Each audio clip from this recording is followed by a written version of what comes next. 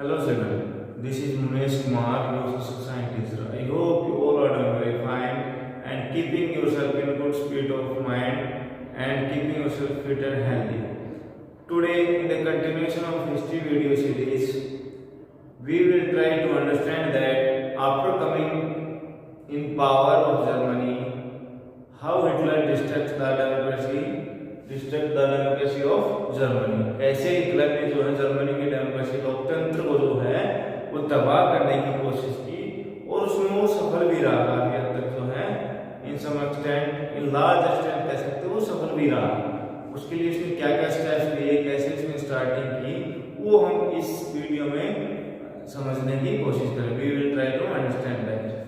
तो स्टार्टिंग में जैसे आपको पिछले वीडियो के लास्ट में मैंने बताया था, in the end of the last video मैंने कहा था कि 1932 के जो इलेक्शन हुए थे जर्मनी में, उसमें 37% वोट जो है हिटलर ने गेन कर लिए थे पार्लियामेंट में।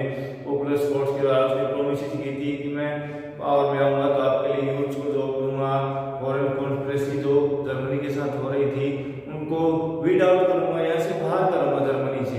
यानी फॉरेन इन्फ्लुएंस जो है बहुत ज्यादा जर्मनी में हो गया था और जो डिग्निटी ऑफ जर्मनी थी वो लॉस हो गई थी, वो खत्म हो गई थी। कैसे? Due to the treaty of Versailles humiliation जितना जर्मनी का हुआ था उसका रिवेंज भी जो है पावर में आने के बाद लूंगा।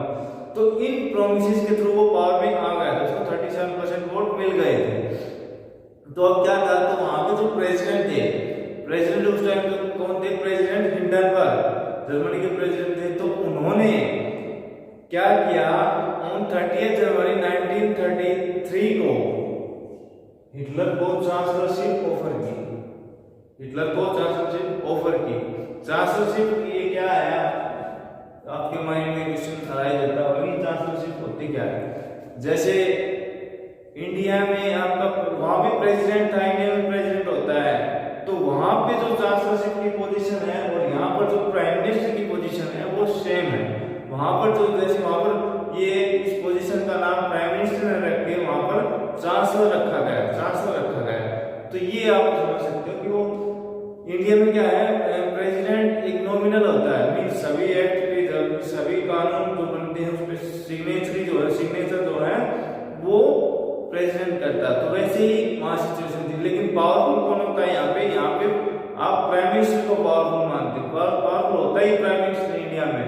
जैसे आपने आजकल तो हमारे प्राइम मिनिस्टर नरेंद्र मोदी जी हैं, तो सबको उसी का नाम पता है, क्योंकि जितने भी जो डिसीजंस होते हैं वो बेसिकली जो है हमारी पार्लियामेंट्री प्रोसेस के थ्रू जो गवर्नमेंट फॉर्म होती है वो ही लेती है।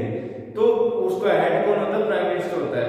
तो जैसे जो प्राइम मिनिस्टर हमारे इंडिया में फेमस होते हैं, पावरफुल होते हैं, वैसे आपके जर्मनी में जो है चांसलर होते हैं। जैसे आजकल की चांसलर है जर्मनी की, चांसलर कौन है?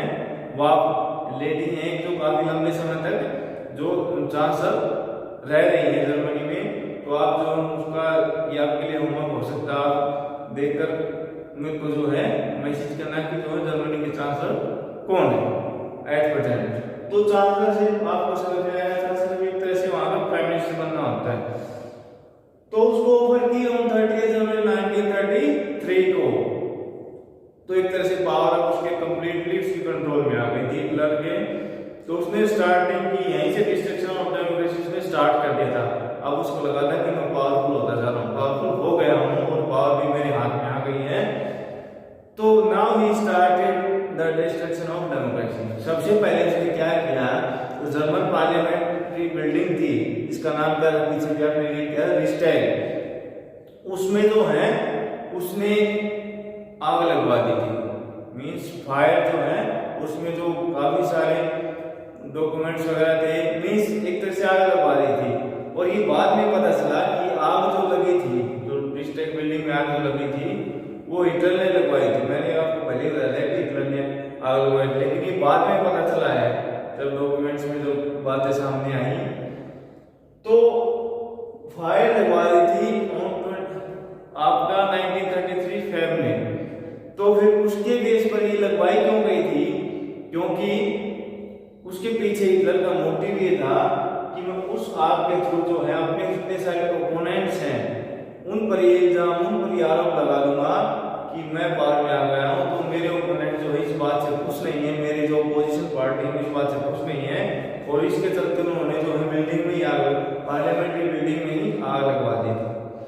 अब उसके बेस पे उसने जो है 28 फरवरी 1933 को 28 फरवरी 1933 को जो है उसने फायर डिग्री जारी की, फायर डिग्री रिलीज की 1933। चांसलरशिप कब वो हुई थी? 30 जन 1933 को। तो उसने आते ही स्टार्ट कर दिया था। इन बिटवीन देख लो आप 28-29 डेज के बीच में जो है उसने आग में लगवा दिया और फिर डिग्री जारी। अब ये डिग्री आपके लिए न्यू वर्ड है, degree. What is the meaning of degree?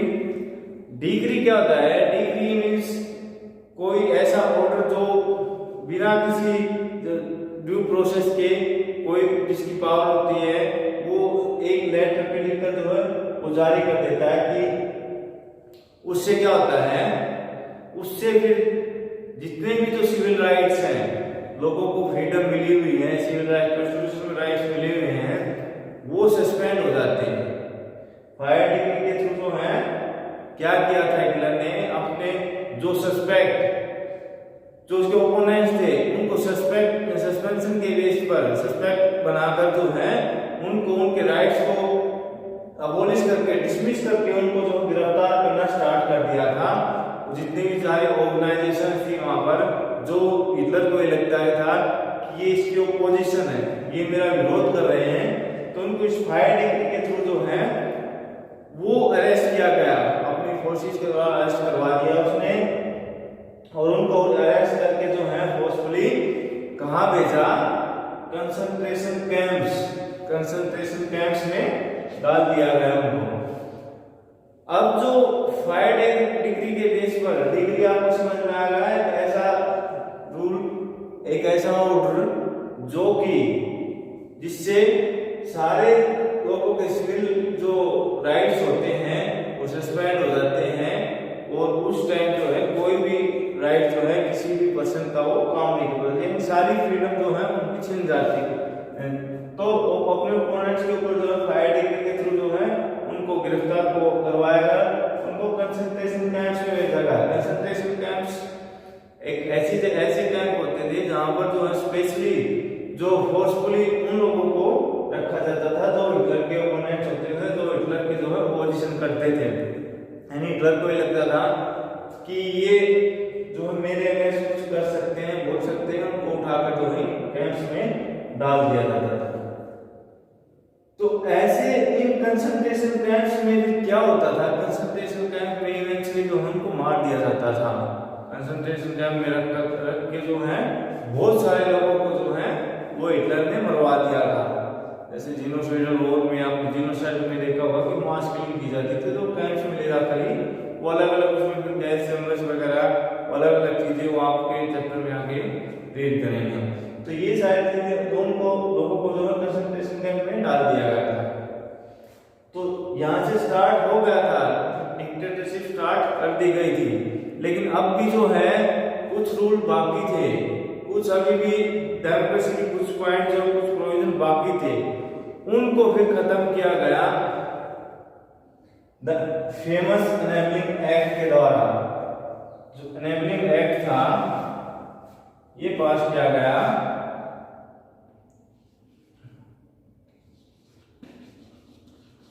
3 मार्च 1933 को। एंड देख लो 30 जून को उसके हाथ में पावर आई, 30 जैन को, 19 जनवरी को, और 3 मार्च तक उसने काफी सारा अपने कंट्रोल कर लिया था। अभी एनेबलिंग एक्ट क्या था? इस एक्ट के थ्रू हिटलर ने जो है वहां की जितनी पार्लियामेंट्री प्रोसेस थी उसको साइडलाइन कर दिया, डेमोक्रेसी को एक तरह से बिल्कुल ही साइडलाइन कर दिया। उसने कहा कि ये तो अभी जो डेमोक्रेसी नाम की दुकान इसको बंद किया जाए, डेमोक्रेसी कोई चीज नहीं होती, अब तो यहाँ पर केवल हिटलर का रूल चलेगा। तो एनेबलिंग एक्ट में क्या था? एनेबलिंग एक्ट के थ्रू जो है वो पार्लियामेंट को साइडलाइन किया गया, सारे सिविल रूल्स को, जो सिविल राइट्स को जो है एक तरह से भंग कर दिया गया था। अब जो हिटलर जो जाएगा वही जर्मनी में होगा।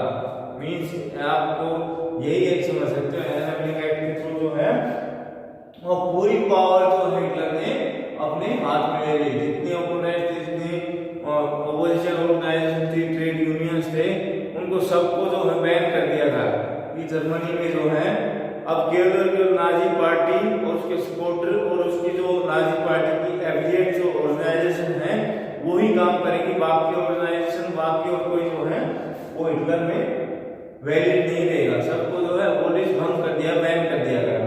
तो ये एक्ट ये कहता था। मींस टोटली पूरी रूप से जो है हिटलर ने जर्मनी की पावर अपने हाथ में ले ली थी। अब पावर हाथ में आने के बाद किसी व्यक्ति के हाथ में, किसी पर्सन के हाथ में पावर आती है तो उसको खतरा क्या होता है कि जितने उसके ओपोजिशन होते हैं उनको कैसे साइडलाइन किया जाए। उनको साइडलाइन करने के लिए उसने फिर जो है स्पेशल सर्विलांस स्टार्ट की। स्पेशल सर्विलांस होता है किसी पर नजर रखना, स्पेशली नजर रखना, और नजर रखी गई उनके उसके ओपोनेंट्स पर। उसके लिए अलग अलग ग्रुप जो है बनाए गए।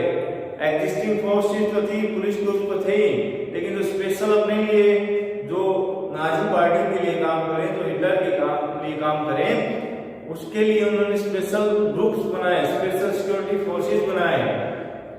उनका काम क्या था? स्पेशल सर्विलांस रखना। मींस कहीं भी हिटलर के अगेंस्ट कोई भी प्लान एग्जीक्यूट कर रहा है, कोई भी प्लान बना रहा है उसको अपोजिशन करने का, कहीं कोई रैलीज करने की सोच रहा है, कहीं कोई प्रोटेस्ट करने की सोच रहा है, या कहीं ये लगता है कि हिटलर के अगेंस्ट यहाँ पर बातें हो रही हैं, तो उन सब लोगों को उठाकर जो है वो कंसंट्रेशन कैंप में डाल दिया जाए।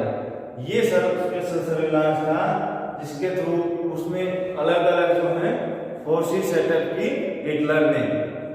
पुलिस फोर्स आपकी बुक में आपको दे रखा है कौन कौन सी फोर्स कौन कौन सी सेटअप की गई। तो डिस्ट्रक्शन ऑफ डेमोक्रेसी पूरी तरह से, यानी डेमोक्रेसी नाम की चीज को जो है वो हिटलर ने जर्मनी में खत्म कर दिया था। स्टार्टिंग जब उसके हाथ में पावर आई थी 30 जून 1933 को। तो इस डिस्ट्रक्शन ऑफ डेमोक्रेसी से आप क्या समझे कि जो है किसी के हाथ में पावर आती है, किसी ऐसे पर्सन के हाथ में जिसकी जो माइंड सेट क्या होती है कि वो कोई अपना ही रूल चाहता है, तो फिर वहां पर डेमोक्रेसी नाम की कोई चीज नहीं रहती। तो हिटलर ने भी यही किया था। उसने डेमोक्रेसी का डिस्ट्रक्शन जो है पूरी तरीके से कर दिया था। Starting from the fire degree, आग लगवाई गई थी, वो हिटलर ने लगवाई थी। फिर फायर डिग्री जारी की उसने, फिर अपने ओपोनेंट्स को इसी केस पर कि उन्होंने लगवाई आग, उसको जो कंसंट्रेशन कैंप में डाल दिया गया। एनएबलिंग एक्ट से फिर पार्लियामेंट को साइडलाइन कर दिया, और फिर जो अपने ओपोनेंट्स उन पर नजर रखने के लिए स्पेशल ग्रुप्स बनाए गए। और ये सारी बातें जो हैं हमने इस डिस्ट्रक्शन ऑफ डेमोक्रेसी में रीड की। आपने I hope you understood well, आपको अच्छी से समझ में आ गया होगा।